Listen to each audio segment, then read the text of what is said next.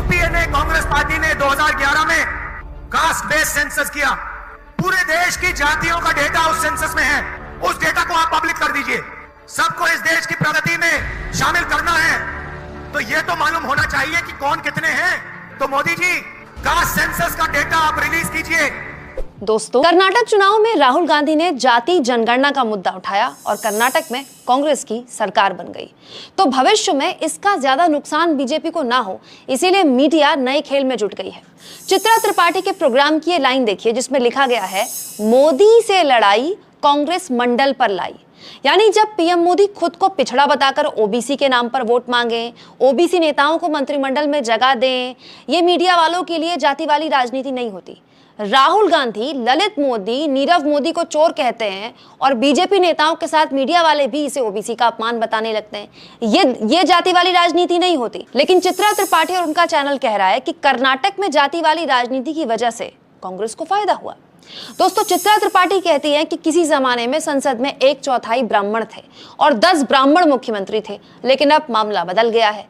चित्रा त्रिपाठी ने कांग्रेस पर जाति वाली राजनीति का फॉर्मूला अपनाने का आरोप लगाया तो योगेंद्र यादव ने उन्हें तुरंत उन्हीं के शो में आईना दिखा दिया और मैडम को बुरा लग गया।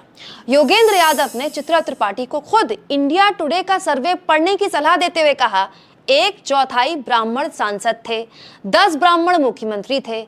ऐसी बातें टीवी पर कही जा रही हैं। लोकतंत्र का कायदा यह होता है कि जब लोकतंत्र का विस्तार होता है तो जो छोटा सा अभिजात्य वर्ग सत्ता पर काबिज होता है, उसका शिकंजा ढीला होता जाता है और समाज की तस्वीर मंत्रिमंडल और सत्ता में आनी शुरू हो जाती है।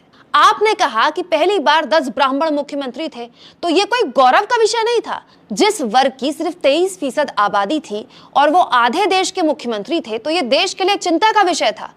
आपने कहा 1/4 ब्राह्मण सांसद थे, तो कहीं ना कहीं मुझे इसमें पीड़ा सुनाई दे रही है। और आपकी व्यक्तिगत पीड़ा तो नहीं होगी, लेकिन जिनकी पीड़ा भी रही होगी उन्हें बताना चाहता हूं कि लोकतंत्र का विस्तार होता है तो समाज को अपनी हिस्सेदारी मिलती है।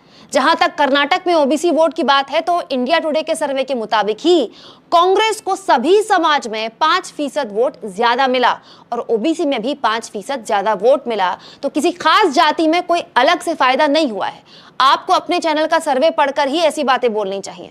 दोस्तों, चित्रा त्रिपाठी को योगेंद्र यादव ने खुद उनके चैनल का सर्वे पढ़ने की सलाह दी तो चित्रा त्रिपाठी को बुरा लग गया और कहने लगी कि आपसे ऐसी भाषा की उम्मीद नहीं थी। मेरी कोई व्यक्तिगत पीड़ा नहीं है, मैं तो बस इतिहास बता रही हूँ।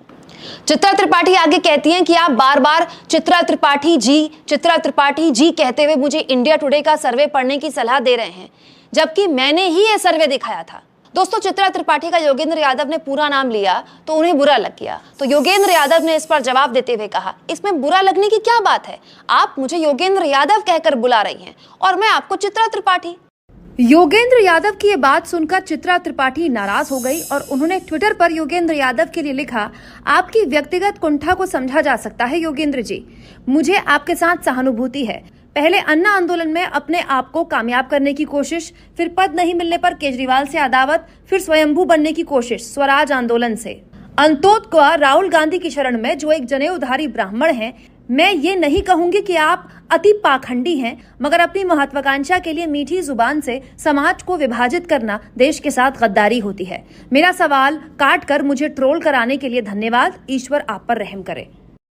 चित्रा त्रिपाठी ने योगेंद्र यादव के लिए इस तरह की बात बोली तो योगेंद्र यादव ने उन्हें पलटकर जवाब दिया, अरे आप तो सड़क छाप गाली गलौज पर उतर आई।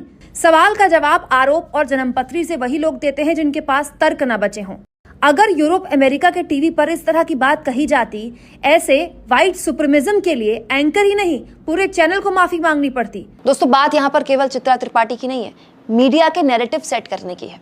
अगर प्रधानमंत्री खुद को बार बार पिछड़ा बताकर वोट मांगते हैं, कभी आपने किसी एंकर को, किसी बीजेपी के नेता पर जाति वाली राजनीति करने का आरोप लगाया? कभी किसी एंकर के मुंह से सुना कि प्रधानमंत्री जाति के नाम पर वोट मांग रहे हैं?